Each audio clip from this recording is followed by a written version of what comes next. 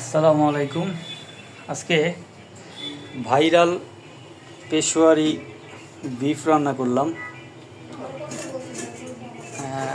দেখা যাক কীরকম হয়। শুকায় গেছে, মশলা ছাড়া। আর এইখানে চলতেছে মুরগি। আজকে আমাদের স্পেশাল আইটেম পোলাও। দেখা যাক কি হয়। একটু ওয়েট করি, একটু টেস্ট করি।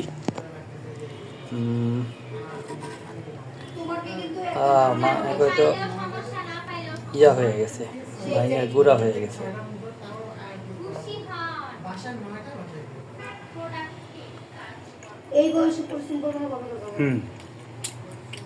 ডিফারেন্ট টেস্ট, আগে কখনো খাইনি।